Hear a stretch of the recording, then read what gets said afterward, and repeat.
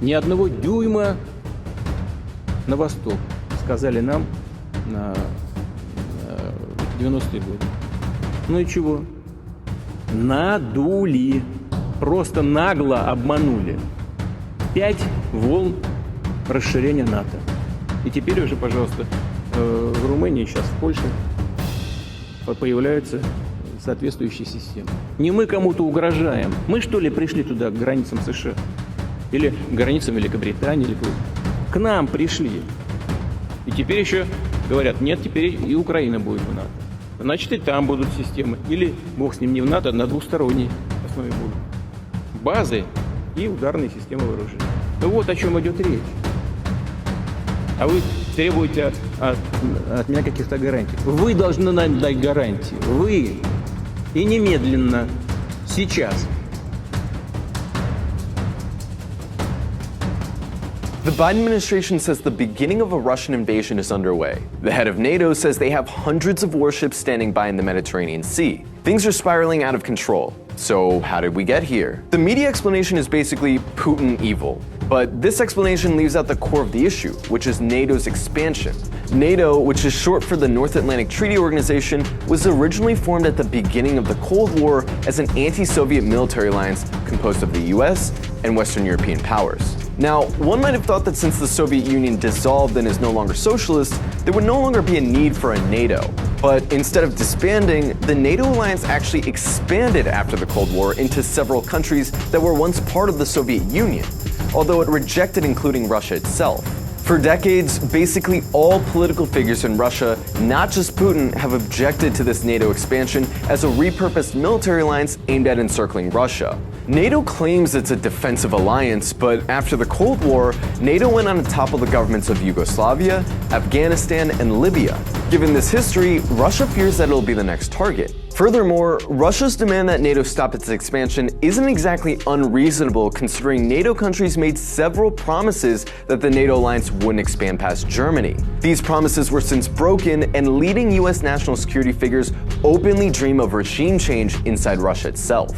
Fast forward to 2013, when pro-EU protesters took aim at Ukrainian President Viktor Yanukovych, who was playing the EU and Russia against each other and wanted Ukraine to stay out of NATO. After Yanukovych announced a deal with some in the opposition, the more extreme elements, led by literal armed Nazis, seized the president's palace. These protesters were openly supported by American politicians and ushered in a new far-right, anti-Russian government that aggressively sought Ukraine's membership in NATO.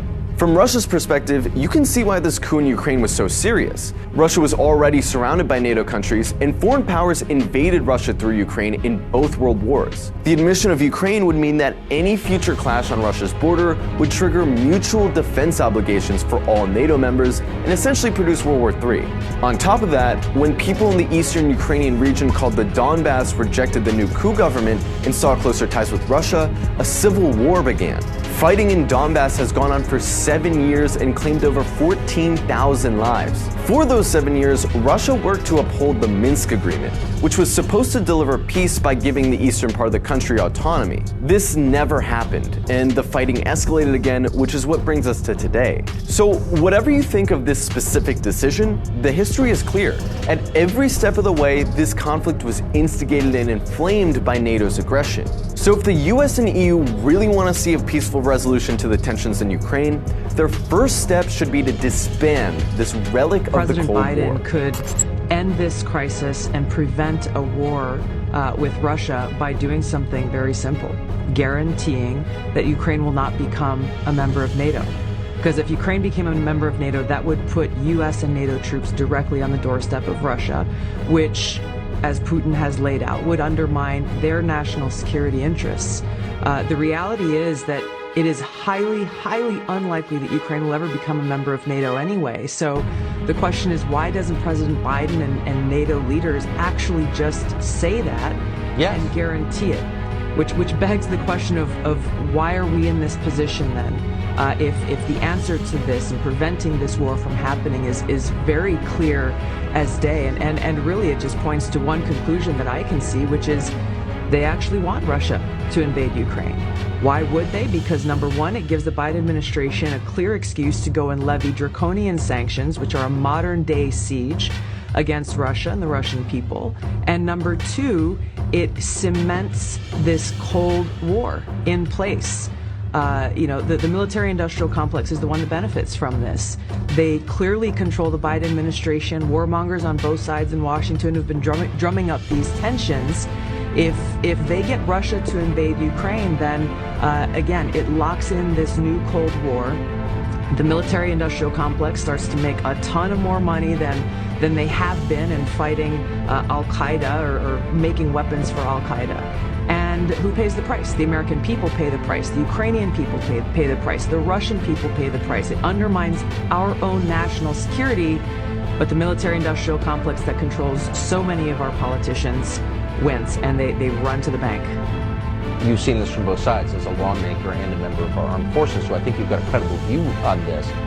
I've looked at this carefully, Tucker, and I have yet to find any benefit that a political leader has used or could use to justify this to the American people. All you hear is like, well, we have to defend democracy. We have to defend this democratic country of Ukraine. But as you know very well, this current president, shuts down, arrests political opposition, throws them in jail, shuts down TV stations that are critical to him.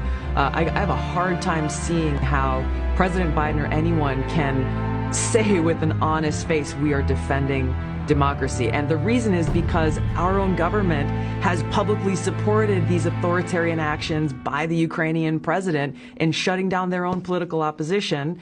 And it begs the question, this sounds familiar to some of the things that unfortunately we're seeing play out right here at home. I was just about to say, it sounds like their kind of democracy. And then, defeat Nazi Germany. The defeat of Nazi Germany was primarily done by the Soviet army, but it cost 27.5 million Soviet citizens. So how could Gorbachev go home in 1990 and say, guys, Germany's reunited, great, and it's going to be in NATO?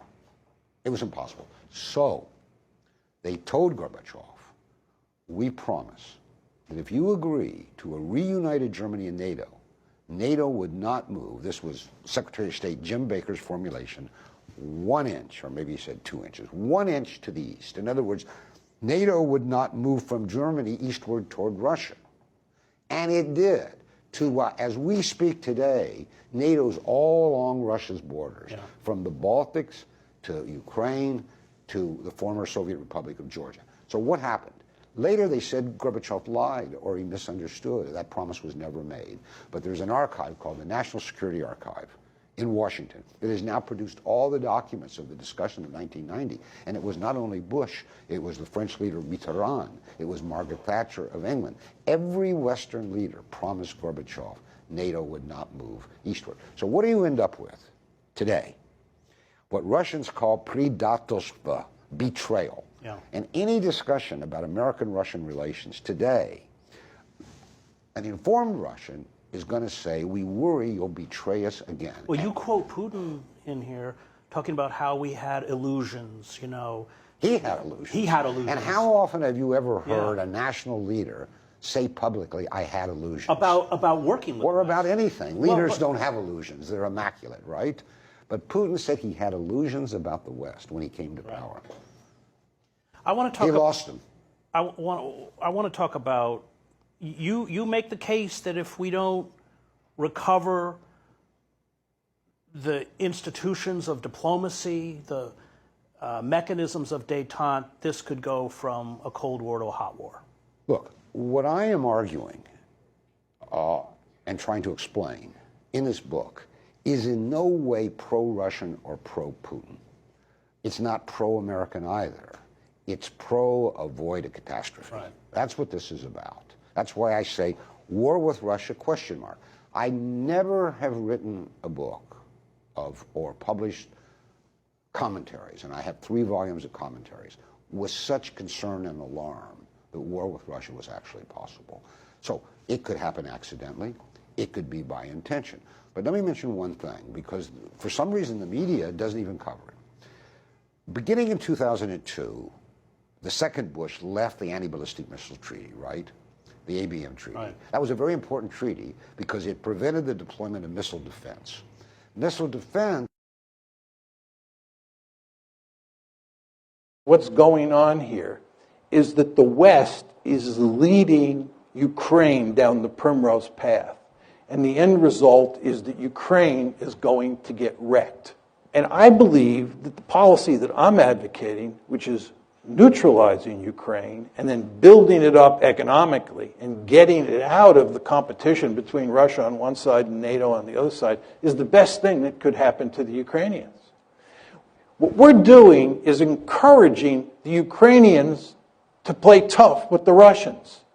We're encouraging the Ukrainians to think that they will ultimately become part of the West, because we will ultimately defeat Putin and we will ultimately get our way. Time is on our side. And of course, the Ukrainians are playing along with this. And the Ukrainians are almost completely unwilling to compromise with the Russians and instead want to pursue a hardline policy. Well, as I said to you before, if they do that, the end result is that their country is going to be wrecked. And what we're doing is, in effect, encouraging that outcome. I think it would make much more sense for us to work to create a neutral Ukraine. It would be in our interest to bury this crisis as quickly as possible. It certainly would be in Russia's interest to do so. And most importantly, it would be in Ukraine's interest to put an end to the crisis. NATO expansion far beyond the lines that were agreed on back in 1990 and 1991. You may remember there was an agreement that said the U.S. would not even go into East Germany. And now we're all the way to Lithuania and Georgia and Ukraine and all these places. Now, what we're headed into is a Polish missile crisis. You had the Cuban Missile Crisis in 1962. That was bad enough. The Polish missile crisis is going to be worse because there are elements in Poland, there are elements in the Czech Republic. There's even an element in Lithuania. There's a forward tentacle of that system in Lithuania, right on Russia's doorstep. What is the goal of that? It is the ability to have a first strike, surprise attack, to destroy the Russian nuclear deterrent on the ground, and then the second strike launched by the Russians can somehow be suppressed by these missiles in Poland. So it is a step towards World War III. And it is Brzezinski, another angle that goes with it. The independence of Kosovo, under what amounts to a criminal organization, in my view, is another one of Brzezinski's projects. And this, of course, is designed as an affront to Russia. Today we have the indictment of the capture of this guy, Karadzic. Karadzic is a very bad guy, but why now? And what's the goal? This is designed to further inflame relations with Russia, even as a possibility of war between Russia and Georgia comes on the horizon. So this is now a full strategic envelopment. This is not just Iraq and the Persian Gulf. This is now a worldwide strategy. And again, the mind of it is Brzezinski. This is already being implemented in the United States. I better point that out too. You think you see Bush and Cheney as the leaders of the United States. They're not. They're gone. They're finished. Not even lame ducks. They're the janitors of the White House, the groundskeepers. They're there for show. They're just figureheads to make people think that normal stuff is still going on.